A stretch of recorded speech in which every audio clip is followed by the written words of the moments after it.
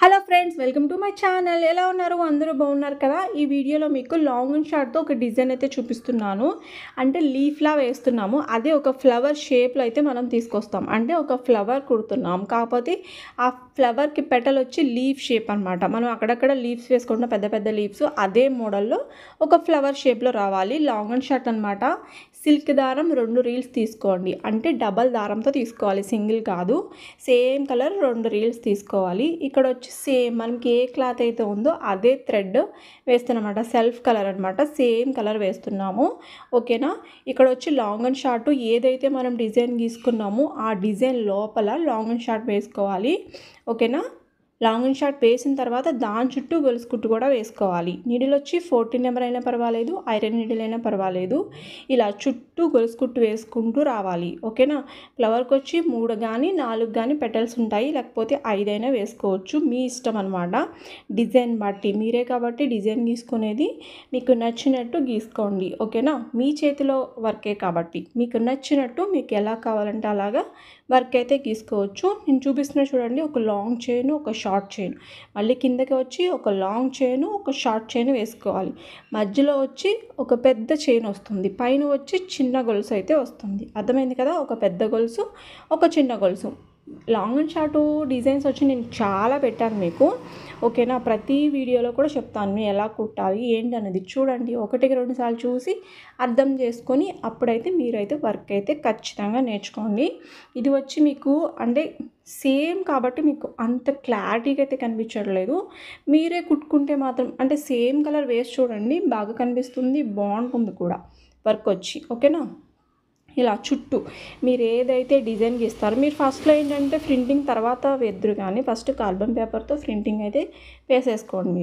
మీకు ఏ డిజైన్ కావాలో ఆ డిజైన్ కార్బన్ పేపర్తో వేసేసుకొని ఇలాగ చక్కగా నీట్గా వర్క్ అయితే చేసుకోండి.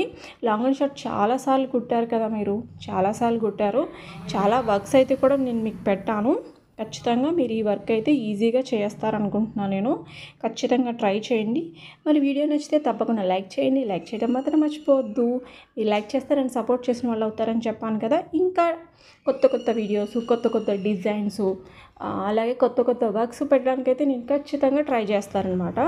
అలాగే తప్పకుండా సబ్స్క్రైబ్ చేసుకోండి. అలాగే పక్కనే ఉన్న బెల్ ఐకాన్ క్లిక్ చేస్తే నేను ఏ వీడియో పెట్టినా మీకు నోటిఫికేషన్ రూపంలో నోటిఫికేషన్ అయితే వస్తుంది.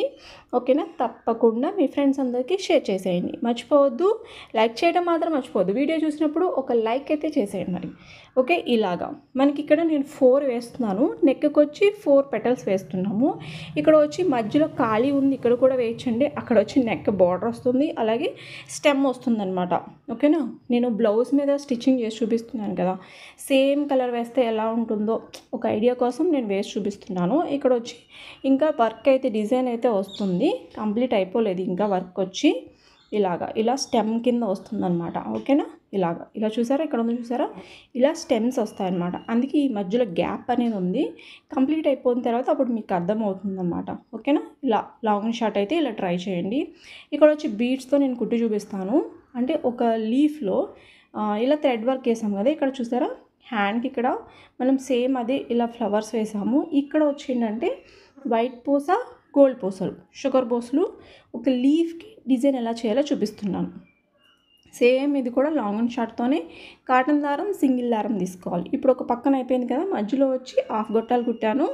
అటు ఇటు ఏంటంటే వైట్ పూస ఒకటి, వైట్ పూస కొంచెం పెద్దది, తర్వాత షుగర్ బీడ్స్.